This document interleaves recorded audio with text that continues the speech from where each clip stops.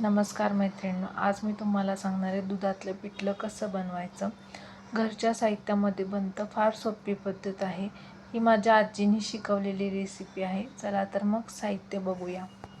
कोथिंबीर, बेसन पीठ, दूध, कढीपत्ता, तिखट पावडर, जिरे, मोहरी, हिंग, लसूण, हळद पावडर, धने पावडर. कढईमध्ये तेल गरम करून घ्या. त्यामध्ये जिरे, मोहरी, हिंग, हळद पावडर, धने पावडर, लसूण टाकून छान परतून घ्या. मग त्यामध्ये कढीपत्ता टाका. कढीपत्ता पण छान परतून घ्या.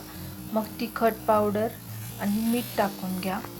तुम्ही जेव्हा तिखट पावडर टाकाल त्यावेळेस कधी कधी मोठा गॅस असला तर करपून जातं, तर तिखट पावडर ही कमी गॅसवर करून टाका. मग त्यामध्ये दूध टाका. दूध टाकलं छान हलवा आणि दुधाला उकळी येईपर्यंत हलवत राहा, म्हणजे दूध फुटणार नाही. तिखट पावडर टाकलं तरी दूध फुटत नाही.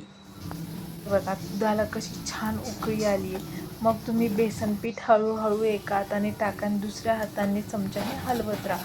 खूप गुठळ्या होऊ द्यायच्या नाहीत, गुठळ्या हळूहळू फोडत राहायच्या. मग दुधामध्ये बेसन पीठ छान मिक्स होतं. मग दूध पीठ सगळं टाकून झालं की एक छान वाफ घ्या. बघा कसं छान तयार झालं आहे. आणि मग भाकरीसोबत सर्व करा.